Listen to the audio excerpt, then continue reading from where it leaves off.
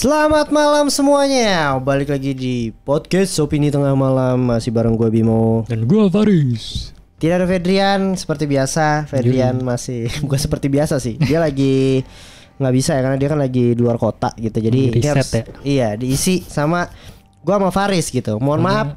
Pulang-pulang dia bawa ini lagi. Apa? Kasus orang Taiwan. Kasus. Ternyata anak di Taiwan banyak kasus gitu ya. Di luar negeri semua di riset. Ternyata ini kasus ini akan diangkat ke Netflix. Yoi, gitu. Tapi nanti jangan kita kasih tahu dulu judulnya ya. Gitu ya.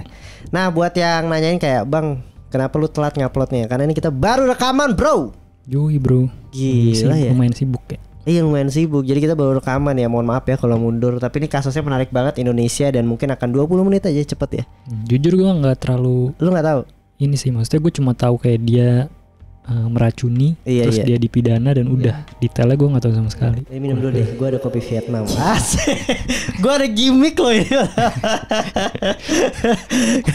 Gelasnya gelas rumahan.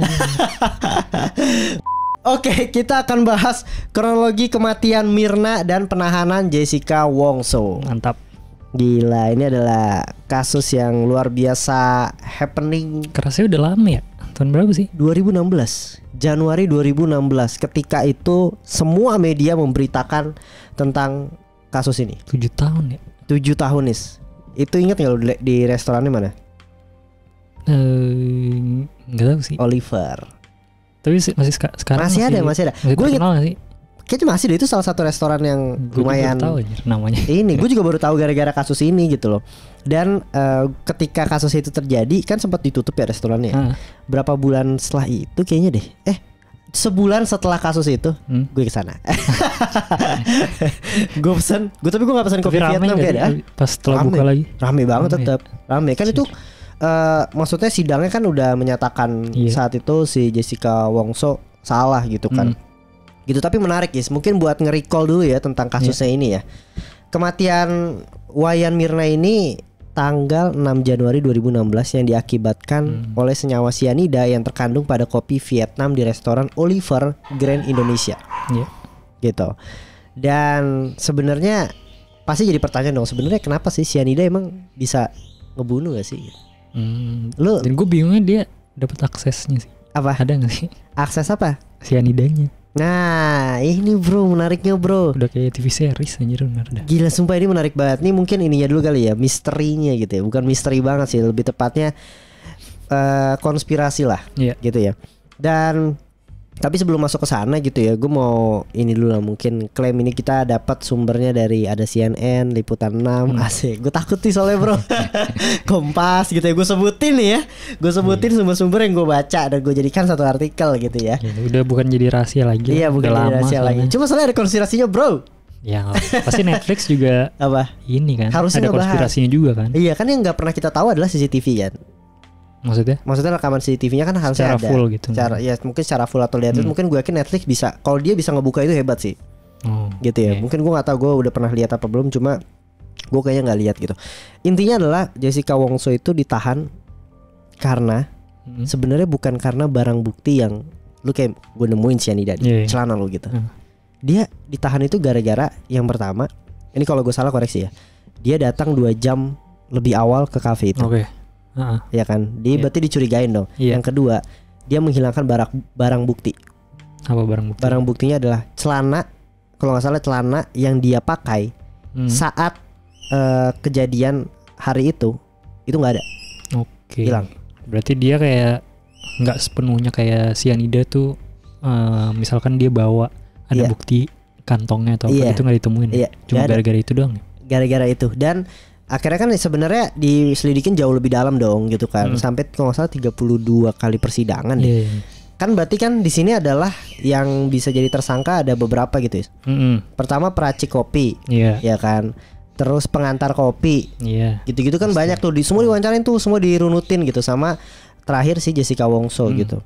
Nah akhirnya dari hasil interview semuanya ya yang punya motif cuma Jessica Wongso, yang lain nggak punya motif. Tapi dia tuh itu kafe apa restoran sih? Restoran bisa sebutannya. Restoran itu berapa orang sih? Maksudnya yang dia ada bertiga.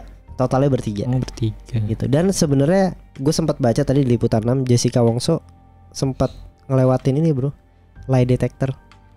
Berhasil. Maksudnya tidak terbukti berbohong. Iya. Malah jadi konspirasi. Malah jadi konspirasi bro ya. Iya. Nanti ada pernyataan dia yang kayak gue tuh gak ngebunuh dan lain sebagainya gitu-gitu. Ya itu pasti sih, cuma menarik juga lie detector. Tapi kalau tadi motifnya apa? Motifnya nanti kita bahas. Kita akan bahas. Nanti berarti. Kita akan nanti. Itu kronologinya dulu ya. Tapi gue mau bahas dulu sebenarnya cyanida tuh bisa ngebunuh apa enggak sih? Cyanida tuh bisa ngebunuh, Jadi tuh tergantung dosisnya. Jadi kematian yang terjadi tuh biasanya 1 sampai 15 menit. Kalau seandainya lu menggunakan cyanidanya itu 1,5 mg per kilogram berat badan lu, pokoknya kayak ada. Oh, berarti tergantung orangnya juga ya. Tergantung orangnya juga gitu. Dan ini digunakan dulu tuh sama Nazi untuk membunuh Yahudi secara massal di Holocaust. Oke. Dijadiin apa? Gas. Gitu. Dan cyanida yang diminum sama si Mirna itu kalau nggak salah 3, berapa gitu, yang kalau seandainya dianalisa 5 orang bisa tewas. Gila bro, sumpah. Berarti kan sebenarnya emang ini pembunuhan berencana dong. Iyalah. Motifnya yang harus kita cari dan kita gali. Gue jadi semakin tertarik sini. Ibaratnya roto dokumenter Netflix gitu ya. Penasaran sih gue. Dan sebenarnya kalau fungsinya cyanida sendiri ya untuk membasmi hama, serangga, dan lain sebagainya gitu. Dan ya bisa menjadi bunuh. Gue nggak tahu sih cyanida tuh sebenarnya ini berarti ya kayak mudah untuk dibeli ya. Harusnya ya. Iya nggak sih? Harusnya sih. Ya kayak obat nyamuk gitu gak sih? Oh iya, tapi kan bisa ngebunuh. Oh iya benar. Oke deh, jadi kita jelasin dulu tentang backgroundnya dulu nih si Mirna sama Jessica ini gitu ya. Jadi Jessica dan Mirna ini sudah sahabatan sejak kuliah gitu. Mereka tuh satu kampus di Billy Blue College of Design di Sydney, Australia. Gitu. Jessica ini anak DKV gitu. Nah, Jessica tinggal di Australia sejak 2008 karena orang tuanya sejak 2005 itu sudah menetap di sana. Gitu. Dan dia akhirnya pulang ke Indonesia pada tanggal 5 Desember 2015 untuk cari pekerjaan. Setelah balik ke Indonesia, ia mulai menjalin komunikasi kembali dengan Mirna dan Hani, teman lamanya. Kuliah. Iya. Mereka bertemu pertama kali pada 12 Desember 2015. Saat itu Mirna mengajak suaminya untuk bertemu Jessica di sebuah restoran. Dan pertemuan kedua pada tanggal 6 Januari 2016 di Oliver. Itu menjadi terakhir kalinya mereka bertemu. Nah, ini bro. Apa jadi nih motifnya, gue penasaran sih. Ini sih kronologi sebenarnya. Gue penasaran banget sebenarnya. Jadi pertemuannya itu berlanjut tuh hingga restoran si Oliver ini di tanggal 6 Januari yang tadi gue bilang ya. Oh, mereka ketemu sebelumnya. Iya. Untuk pemilihan restoran, menurut Jessica, Mirna lah yang memilih. Di sana, karena Jessica semenjak balik dari Aussie ke Indonesia, dia tuh nggak tahu kok tempat kopi yang enak lah, gitu. Nah, cuma si Jessica ini datang 2 jam lebih awal, gitu. Jessica langsung memesan kopi Vietnam sesuai permintaan Mirna dan koktail serta Fashioned Fazerak untuk Hani. Gue nggak tahu tuh makanan apa ya atau minuman. Sayangnya kopi Vietnam yang diminum Mirna dibubuhi 3 gram racun cyanida. Dosis yang menewaskan 5 orang sekaligus tuh bisa.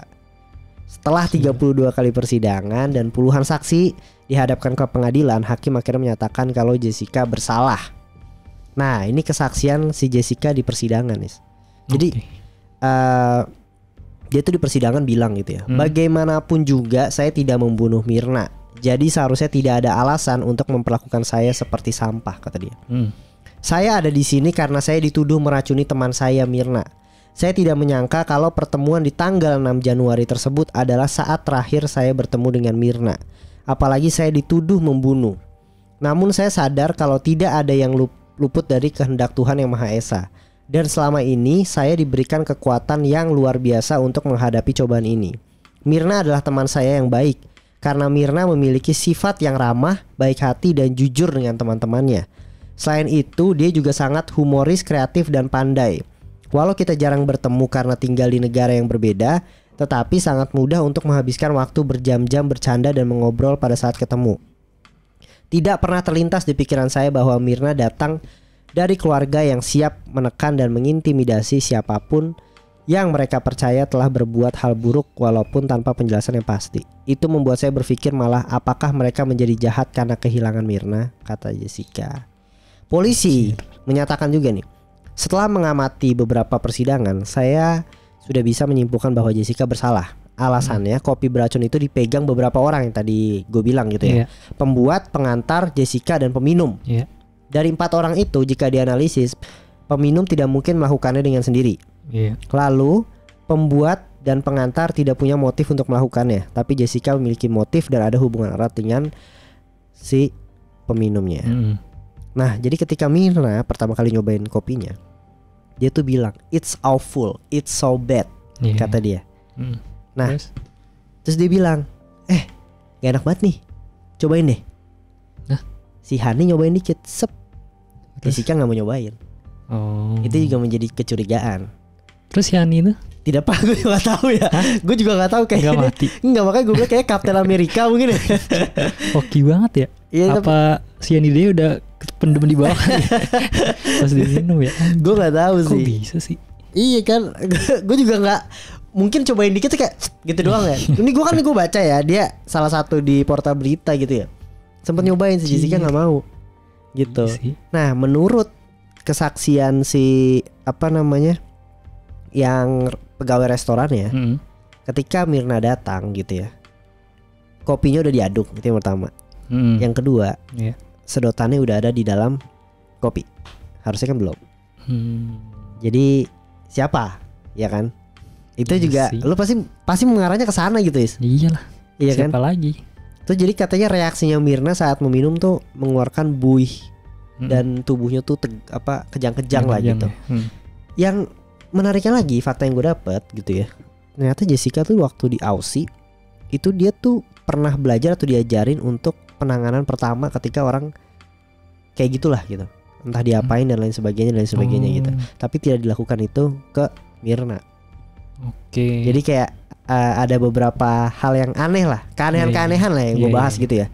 Celananya juga hilang. Maksudnya polisi pas kesana tidak ada gitu ya. Dan tapi ya kan juga ada sempat bilang kan, iya tuh CCTV-nya aja kehalingan kayak gini gitu. Tapi itu dibantah sama pegawai hotel restorannya, salah satu ininya diwawancara, dia bilang enggak, kalau tempat duduk memang saat itu full gitu loh, dan dia cuma memang dapat di situ gitu. Gila. Menurut lu sampai sini gimana? Ya susah sih, emang pasti semua mengarah ke dia. Apalagi dia melakukan hal tadi yang lu bilang tuh, kayak celananya dibuang kan mungkin dia kayak berpikir takutnya bisa di-track gitu ya kalau dia ngantongin cyanida gitu kan, dia dibuang aja biar aman gitu. Cuma maksud gue akhirnya pas gue baca ya, banyak juga teori-teori yang lucu juga sih menurut gue, jadi ada sedikit berlebihan ya. Maksudnya? Kayak simple ada yang bilang kayak, kopinya tuh udah langsung dibayar sama Jessica gitu. Pokoknya udah langsung dibayar lah, padahal itu hal yang tidak biasa dilakukan oleh pengunjung lainnya gitu. Ya siapa tahu mau neraktir anjir, maksud gue. Iya gak sih? Gue ada satu momen kayak, ini lama-lama kok gue baca faktanya bener-bener menjurusnya kesana habis-habisan ya gitu ya. Iya. Sampai nyari ini aja ya. Iya. Kayak apa? Inian kecil gitu. Kayak ituan kecil gitu. Jadi dibayarin biar minumnya semangat ya. Neguknya semangat aja. Kuk gitu. Gitu, dan si Jessica juga salah satu orang yang mengantarkan Myrna tuh ke rumah sakit gitu ya. Nah terus ini kata ayahnya Myrna gitu ya, bilang tingkah Jessica tuh aneh.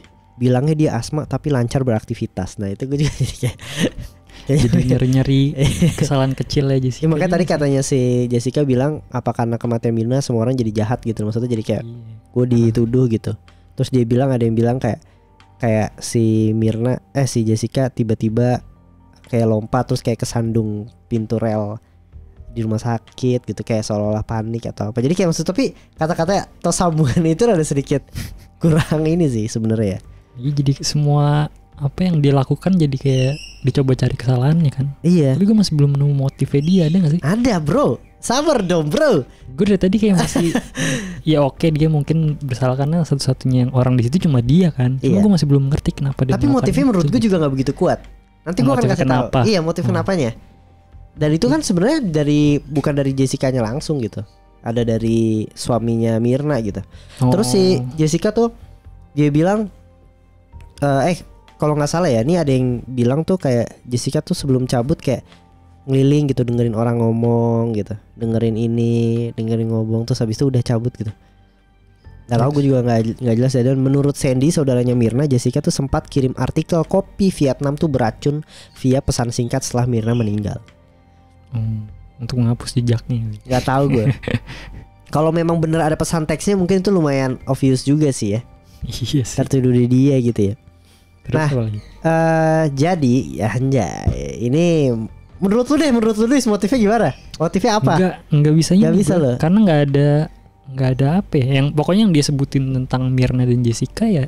Iya. Seperti teman biasa. Bahkan Jessica juga bersaksinya kayak gitu kan, dia enggak ada konflik apa-apa gitu. Iya.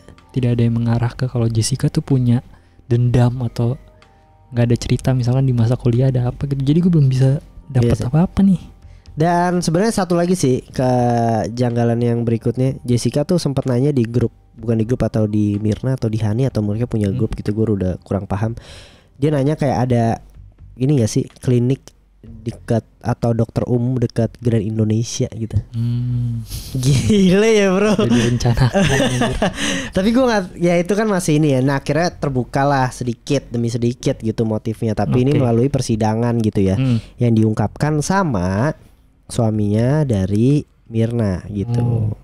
Jadi dia bilang ini adalah dendam Jessica ke Mirna waktu mereka masih di OC pada Oktober 2014. Iya. Berarti sekitar setahun 2 tahun lah ya.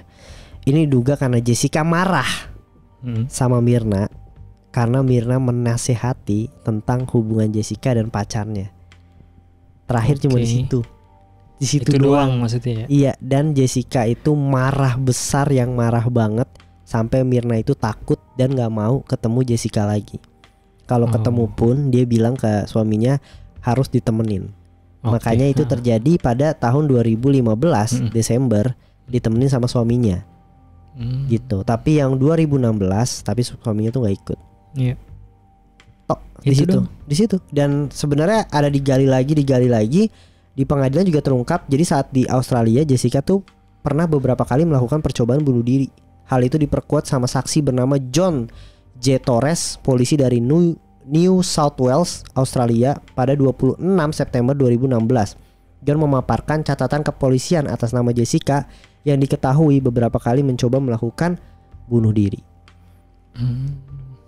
Dah, itu doang sampai di situ anjir kasusnya. Tapi ya itu tadi yang gue bilang, dia masuk ke persidangan atau ibaratnya dituduh membunuh karena tadi 2 jam datang lebih awal sama celana hilang. Jadi intinya tidak ada bukti pasti. Iya, maksudnya dia memegang sianida, sidik jari ataupun apa gitu. Bener-bener dia masuk penjara karena itu, motif digali semuanya dan lain sebagainya. Ibaratnya apa ya? Semua baik kesaksian, walaupun ada record datanya sempat mau bunuh diri, dan ada via chat. Dan yang apa? Statement tentang dia berantem itu cuma dari suaminya doang kan? Maksudnya dari cerita. Nggak ada kayak bukti pesan gitu kayaknya. Nah itu gue nggak tahu, kayaknya iya sih gitu. Jadi kalau misalnya bukti pesan dibilang iya, tapi dia setelah Mirna meninggal dia mengirimkan kalau seandainya kopi Vietnam itu beracun. Itu kan tapi tidak bisa tidak bisa dikategorikan sebenarnya kalau dia yang ngebunuh gitu kan. Memang kecurigaan menuju ke dia. Iya, atau seenggaknya kayak ada bukti transaksi gitu kan ya. Iya, transaksi sianida. Tapi konspirasinya ada berarti? Atau udah nih? Ya udah sampai di situ ya. Konspirasinya lebih ke itu tadi sih. Sebenarnya dia soalnya sampai sekarang pengacara juga bilang kan, dia dituduh tuh cuma gara-gara ini gitu. Dan sampai sekarang si Jessica juga tidak ini ya. Cuma gue nggak tahu dokumenter Netflix tuh akan seperti apa gitu. Tapi si Jessica itu punya suami atau pacar nggak? Kayaknya udah putus deh setahu gue ya, terakhir ya. Yang bukan ketika di momen Oliver itu. Kayaknya nggak ada sih, harusnya nggak ada ya. Nih, gue bacain ya. Kuasa hukum Jessica lolos lie detector. Kenapa tetap jadi terdakwa? Ini 15 Juni 2016. Gue bacain ya. Tim kuasa hukum Jessica Kumala Wongso dalam eksepsinya mempertanyakan soal hasil tes kebohongan. Jessica lolos dari tes lie detector namun tetap dijadikan tersangka. Setelah Jessica diperiksa dengan lie detector, dia dinyatakan lolos. Kalau Jessica lolos, kenapa tidak dilakukan juga tes lie detector kepada saksi-saksi lainnya dan kenapa Jessica masih dijadikan terdakwa. Hal ini dikatakan oleh Sordame Purba, salah satu kuasa hukum Jessica, pada penyampaian eksepsi atau nota keberatannya di Pengadilan Negeri Jakarta Pusat Rabu 15 Juni 2016. Gitu.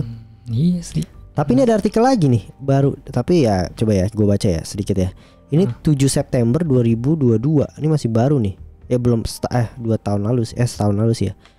Kuat Ma'ruf lolos lie detector. Ingat Jessica Wongso tak berguna untuk yang mudah terbiasa bohong. Anjay, jangan deh. Ini kayaknya beda nih tribunbanten.com aja. Jadi tiba-tiba Kuat Ma'ruf ya. Tapi yang saksinya berarti nggak dikasih lie detector ya? Iya. Tapi ini maksudnya ini tuh kayak Kuat Ma'ruf aja lolos lie detector gitu. Jadi kayak buat yang terbiasa bohong tuh mungkin bisa. Cuma lumayan susah ya sebenarnya lah. Lie detector nggak sih? Kayaknya sih. Mungkin kan dia kayak memeriksa kayak detak jantung gitu segala macam kan. Mungkin memang kalau dia jago bohong gitu, sudah terbiasa berbohong, bisa melewati itu mungkin ya.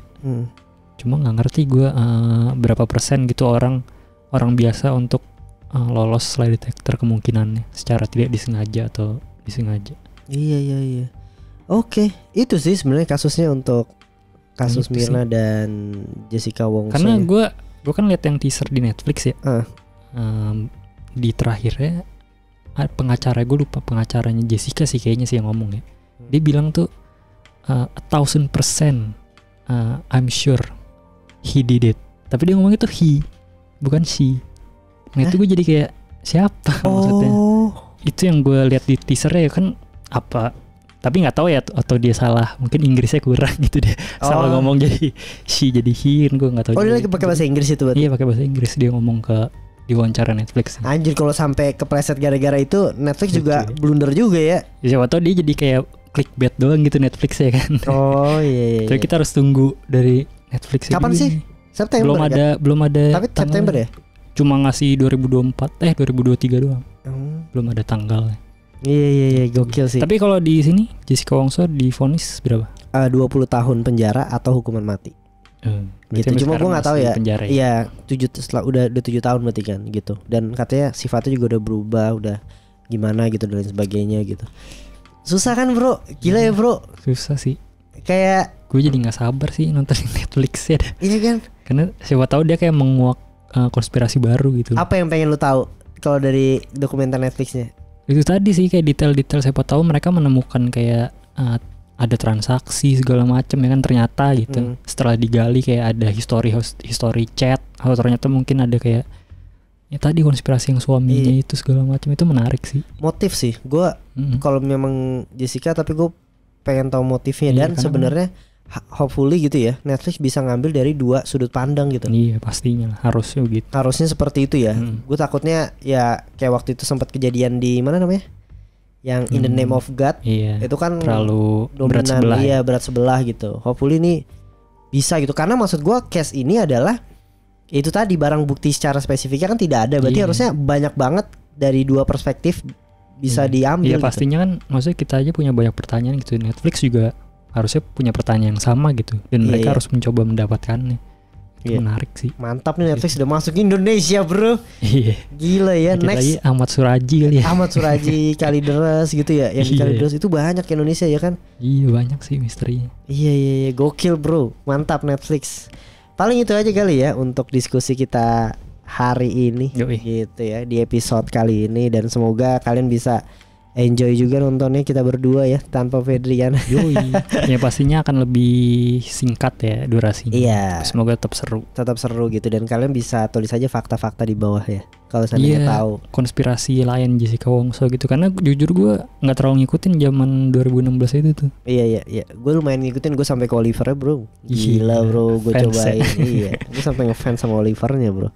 Oke lah, paling segitu aja dari podcast Opini Tengah Malam. Dan jangan lupa untuk like, subscribe, sama komen. Share juga ke teman-teman kalian. Jadi buat kalian yang pengen nonton dokumenternya bisa nonton kasus ini dulu. Jadi bisa lebih detail nantinya ya. Segitu dari podcast Opini Tengah Malam. Sampai ketemu di episode berikutnya. Bye, selamat malam.